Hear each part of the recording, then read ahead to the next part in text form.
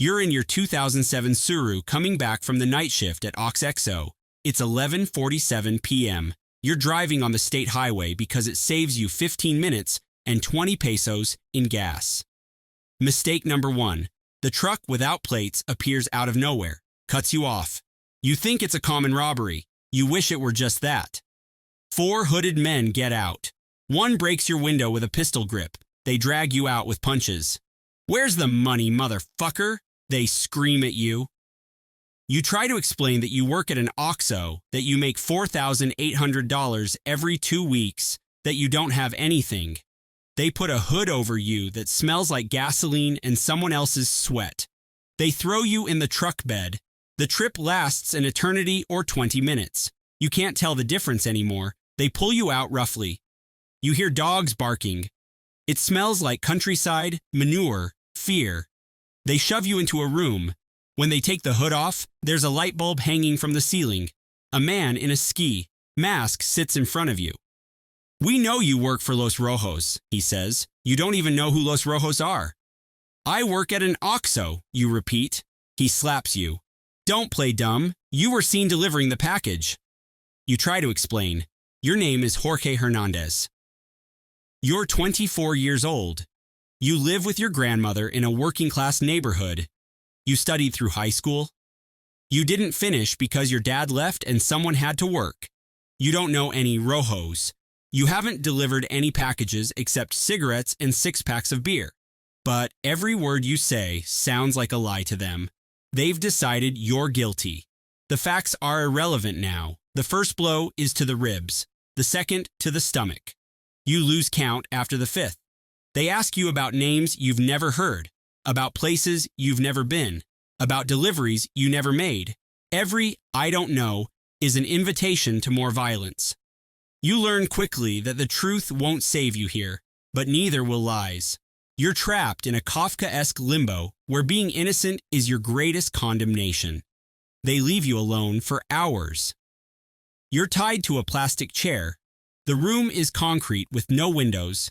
There are dark stains on the floor you prefer not to analyze. Your mind starts playing tricks. What if they confused you with someone? What if there's another Jorge Hernandez? What if someone used your name?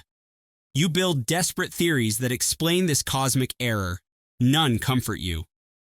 Another man comes back. This one is different. He speaks more calmly.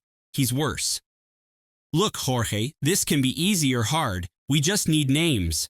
Tell us who sent you, where the safe houses are, when the shipments arrive." You explain again. OXXO, night shift, 2007 Suru. Grandmother. Every word sounds more absurd in this context. He sighs like a disappointed teacher. "All right then, we're going to refresh your memory." They take you to another room. There's a rusty tub full of dirty water. You see the battery cables in the corner. Your brain understands before your body what's coming. You scream, you beg, you cry. They dunk your head in the water. 1, 2, 5 times.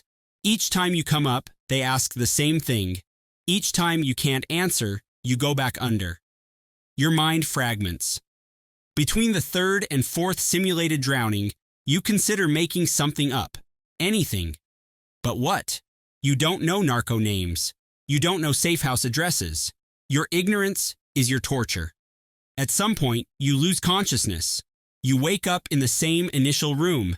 You're wet, shivering, bleeding from places you can't see. Your left eye is swollen shut. You feel broken ribs. Each breath is a negotiation with pain. You think about your grandmother. She'll wonder where you are. She'll report your disappearance. The police will fill out forms and do nothing.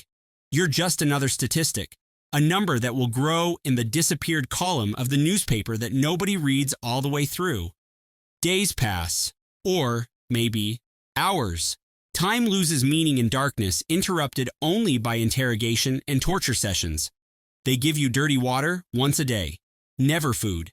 Your body starts to shut down. Your mind goes first. You start to dissociate. You observe your torture from outside, like a spectator of a snuff film starring someone you used to be. You hear conversations on the other side of the door. The commander says it's not him. You sure? He looks like the guy in the photo. The photo's blurry, dumbass. All skinny brown guys look alike. So what do we do with him? Silence. A silence that weighs tons. Your fate is being decided with the same casual indifference with which someone chooses what to eat. The guy in the original ski mask comes in. He sits down. He studies you like an entomologist observing an insect. I think we fucked up, he finally says. You feel such immense relief that you vomit. Nothing comes out. Your stomach has been empty for days. The problem, he continues, is that you've already seen faces. You already know voices. You're already here. The relief turns into pure terror. Being the wrong hostage doesn't mean they'll release you. It means your kidnapping lacks purpose, but will still have consequences. Here's the deal, he says. You have family. A grandmother, right? If you talk to anyone, if you go to the authorities, if you even think about opening your mouth, she pays. Understand? You nod. Your head moves like a broken marionette. We're going to drop you off on the highway. You're going to say it was a common robbery. They stole your car. Nothing more. Got it? You nod again. You'd make a deal with the devil right now if it means seeing daylight again. But they don't release you yet. First comes the final session. So you don't forget, they explain. The blows now are calculated, in places that will hurt for weeks but won't kill. The soles of your feet with a board, the kidneys with fists, the torso with measured kicks. They're artists of pain, with years of practice.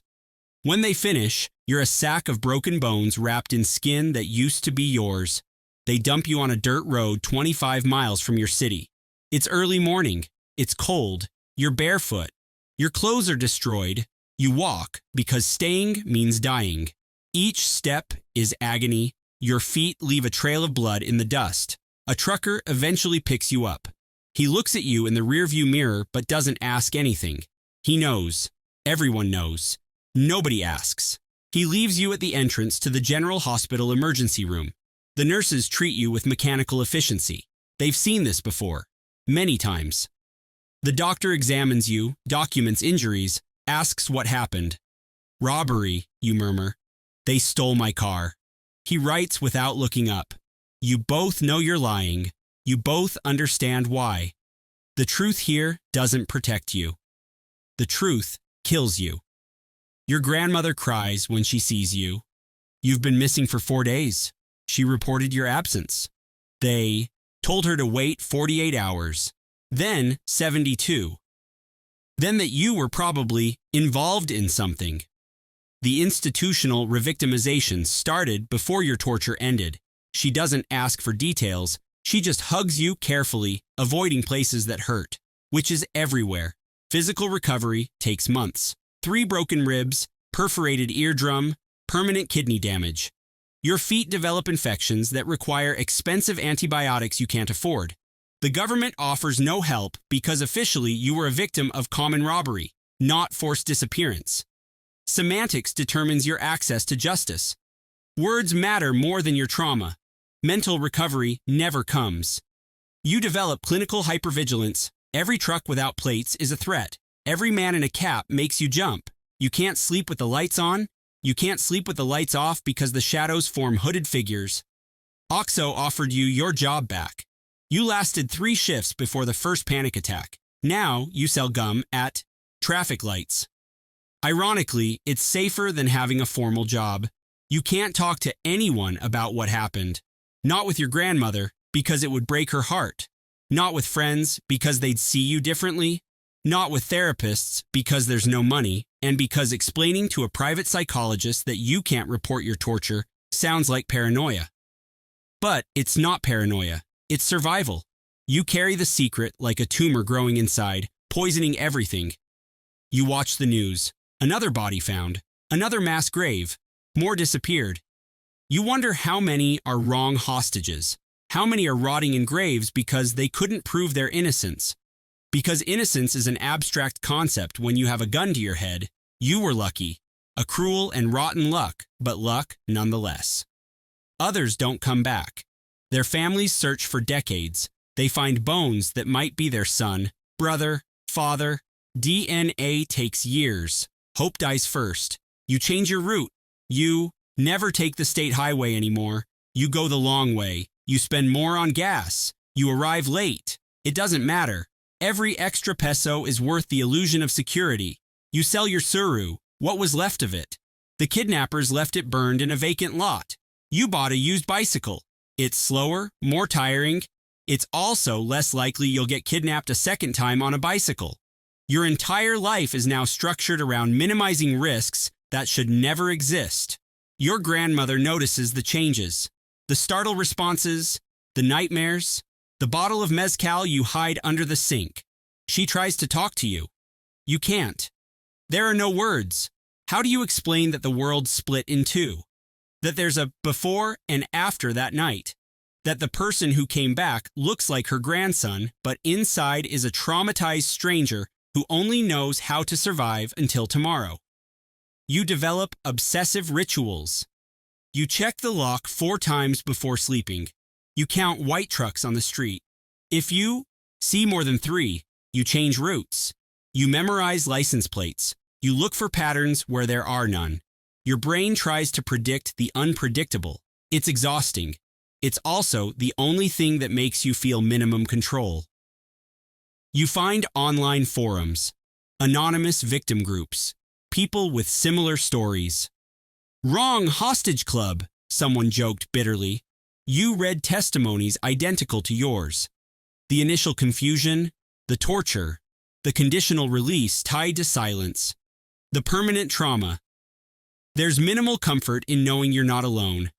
There's also horror in understanding the scale. Thousands, maybe tens of thousands. An invisible army of innocents broken by machinery that doesn't distinguish guilty from victims. Some in the forum seek revenge. They plan collective complaints. They want visibility, justice. You don't participate. You know the system is designed to protect perpetrators, not victims. That authorities are complicit or incompetent, frequently both. That exposing your case would only paint a target on your back, again, permanently. Your body heals defectively. You walk with a slight limp. Your left ear buzzes constantly. You have phantom pains in ribs that welded crooked. You're a walking exhibition of institutionalized violence. But you're invisible. Society prefers not to see. Acknowledging you means acknowledging this could happen to them. That innocence doesn't protect. That randomness is king. That tomorrow they could be the wrong hostage of the day. You pass by the place where they kidnapped you. You avoided it a whole year. But eventually, morbid curiosity wins. The highway is just a highway. There are no marks, no memorial, nothing to indicate that here your life changed forever. The world continued indifferent while you broke. It's the cruelest lesson. Your trauma is catastrophic for you, insignificant to the universe. You wonder about your kidnappers. They're still free, obviously. Maybe they've kidnapped more wrong hostages since then. Maybe some didn't have your luck. They lie in nameless graves while their families hang faded posters that nobody reads. You carry survivor's guilt. Why did you come back? What was so special about you? Nothing. It was chance, whim, rotten luck. You have no future plans. The future is a concept for people who can afford hope. You live in a perpetual present. Today, you survived. Tomorrow, you'll try again. That's all. There are no goals, no dreams. Only the next breath exists. The next step, the next day, you manage not to completely fall apart. Your story doesn't inspire. It has no moral. There's no lesson except this. You can do everything right and still be crushed by machinery that doesn't see you as human. You're collateral damage in a war you never declared. You're the wrong hostage in a country that produces hostages industrially. This is what you are now. A walking ghost. Living proof that innocence guarantees nothing. Walking testimony of a collapsed system. A survivor who can't celebrate his survival because every day alive is a reminder that you might not have been. You're still a hostage, not of captors, but of trauma, of fear, of forced silence. Your liberation was geographical, not existential. You're still imprisoned in that concrete room, tied to that chair, drowning in that tub. It's just that now the prison is your mind and the chains are invisible, but just as real.